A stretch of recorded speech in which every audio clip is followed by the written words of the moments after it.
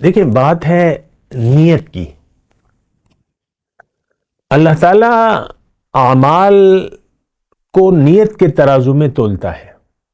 کام اچھا ہو نیت خراب ہو تو آپ کا کام ضائع ہو جائے گا، اس کا کوئی اجر نہیں ملے گا آپ کو. یہ ایک بنیادی بات ہے. ہم لوگ اس دھوکے میں مبتلا ہیں کہ نیت ہماری دنیا میں زندگی گزارنے کی دنیا ہے، خیال دنیا میں دنیا کے لیے زندگی گزار رہے ہیں، لیکن اس میں ہم کچھ برائے نام کام کرتے ہیں. کلمہ، نماز، روزہ، حج، زکوٰۃ جو 5 بنا ہیں، ٹوٹے پھوٹے انداز میں بے دلی سے بغیر سوچے سمجھے ہم یہ کام کرتے ہیں. جو بھی کرتے ہیں بغیر سوچے سمجھے کر رہے ہیں، یہ جس کو آپ عبادت کا نام دیتے ہیں. اور بنیادی طور پہ تو بات یہ ہے کہ ہم بنا سوچے سمجھے زندگی گزار رہے ہیں. اندھے بہرے گونگے بن کر ہم زندگی گزار رہے ہیں، وہ بھی ایک الگ حقیقت ہے. نیت کی میں بات کر رہا ہوں. اعمال، نیت. دیکھیں مدینے کے منافق، ان کے بارے میں اللہ تعالیٰ نے فرمایا ہے، ان کے اور ہر زمانے کے منافق، کہ ان المنافقین فی الدرک الاسفل من النار.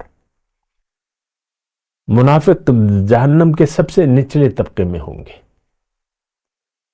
تو مدینے کے منافق، میں یہی بات کہہ رہا ہوں، مدینے کے منافق جو بھی کام مدینے کے اور مومن کرتے تھے، نماز مثال کے طور پہ 5 وقت با جماعت حضور صلی اللہ علیہ وسلم کی اقتداء میں نماز پڑھتے تھے. یہ سوال نہیں پیدا ہوتا تھا کہ منافقین نماز نہیں پڑھتے یا گھر میں پڑھتے، نہیں، مسجد آتے تھے اور حضور کی اقتداء، حضور کی مجلس میں شامل ہوتے تھے. بعض اوقات یعنی اکثر جو ہے جو جہاد ہوتا تھا نزدیک، اس پر بھی جاتے تھے. دور کے جنگ تبوک کے موقع بھی بعض منافق گئے ہیں، اگرچہ بہت سارے نہیں گئے لیکن بعض منافق گئے تھے جنہوں نے واپسی میں حضور صلی اللہ علیہ وسلم کو تکلیف دینے کی کوشش کی. سارے کام کرتے تھے، زکوٰۃ، صدقات، نماز، روزہ، اور سب کچھ کرتے تھے، لیکن نیت ٹھیک نہیں تھی، منافق تھے. اصل تو نیت ہوتی ہے سرکار، دنیا میں زندگی گزارنے کی نیت.